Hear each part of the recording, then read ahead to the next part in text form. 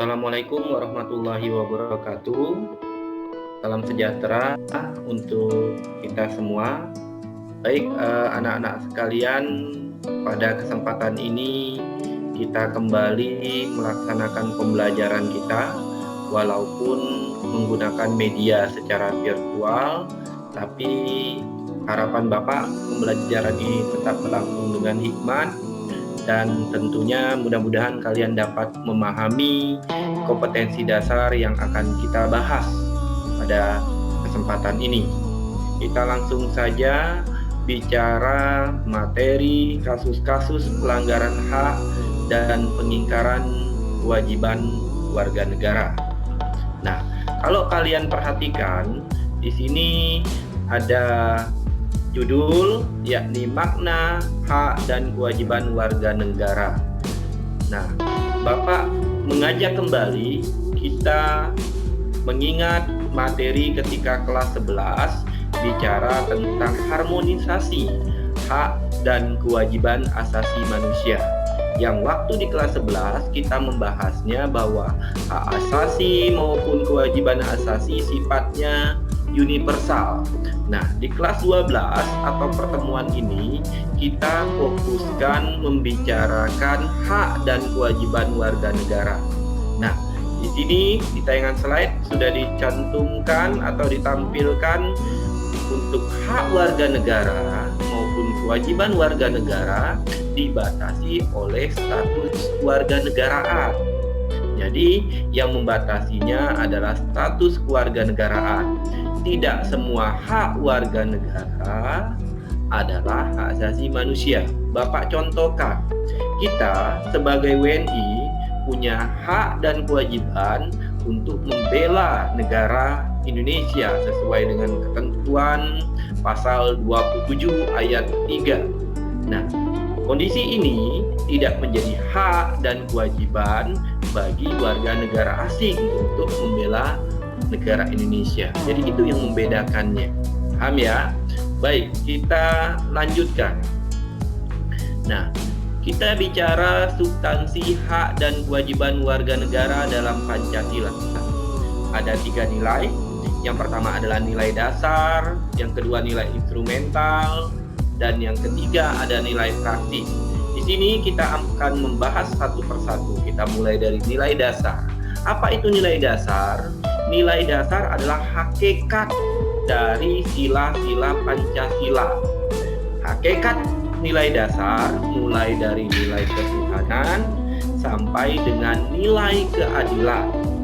Nah, nilai dasar yang perlu digarisbawahi juga atau perlu dipahami oleh kalian bersifat universal, mengandung tujuan, cita-cita, dan nilai yang baik dan benar. Jadi itu adalah definisi dari nilai dasar.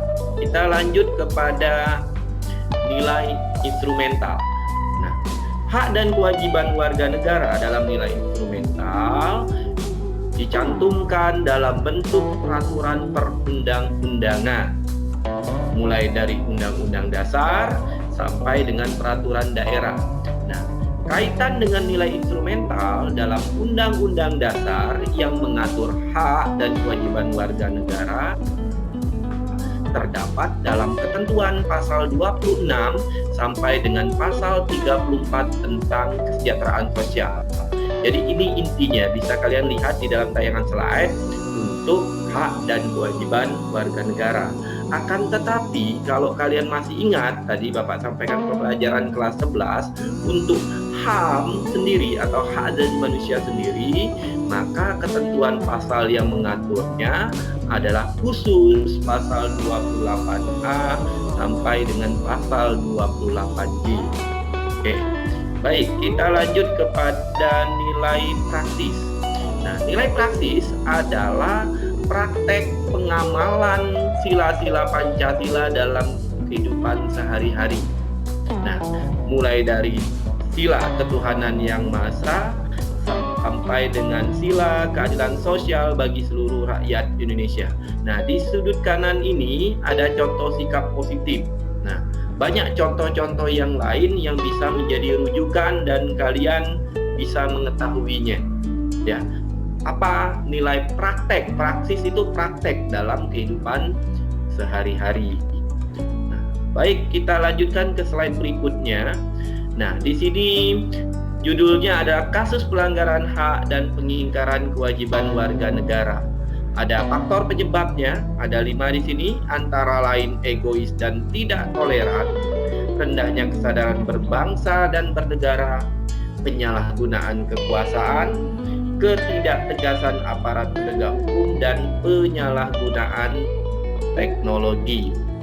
Nah, kaitan dengan itu, kondisi saat ini bisa kalian perhatikan di tanda panah slide, mulai dari penegakan hukum belum optimal, angka putus sekolah cukup tinggi, sampai dengan pelanggaran hak cipta. Nah, di sini sebagai golongan yang terpelajar, tidak akan ada habisnya kalau kita berdebat tentang kasus pelanggaran hak dan kewajiban warga negara. Nah, yang Bapak inginkan di sini sebagai golongan terpelajar, terdidik, kita menekan terjadinya kasus pelanggaran hak dan kewajiban warga negara dengan memberikan kontribusi apa yang bisa kita lakukan. Paling tidak memberikan pemahaman. Atau pada kondisi tadi ketika kita lihat di slide berikutnya, sebelumnya maksud Bapak ada egois dan tidak toleran, contohnya ketika melakukan aksi perundungan atau bullying. Nah, ini harus dihindari. Nah, memberikan pemahaman bahwa hal itu tidak boleh dilakukan, bahkan melaporkan kepada pihak yang berwenang ketika melihat tindakan itu. Nah, itu adalah bentuk kontribusi yang bisa dilakukan kita sebagai warga negara. Jadi, harapannya tidak ada tindakan bullying atau tindak kekerasan atas dasar ketidaksukaan atau apapun alasannya. Jadi bagaimana kita berkontribusi. Baik.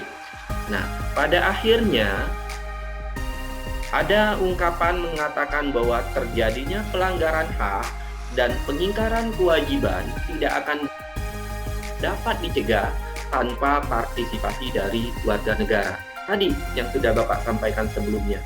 Intinya apapun profesi, termasuk ketika kalian menjadi pelajar, dapat melakukan kontribusi dengan berpartisipasi. Salah satunya adalah menekan agar tidak terjadi tindakan perundungan yang Bapak sebutkan tadi. Jadi bisa juga memberikan dari segi pemahaman kepada warga yang lain. Demikian pembelajaran kita pada hari ini.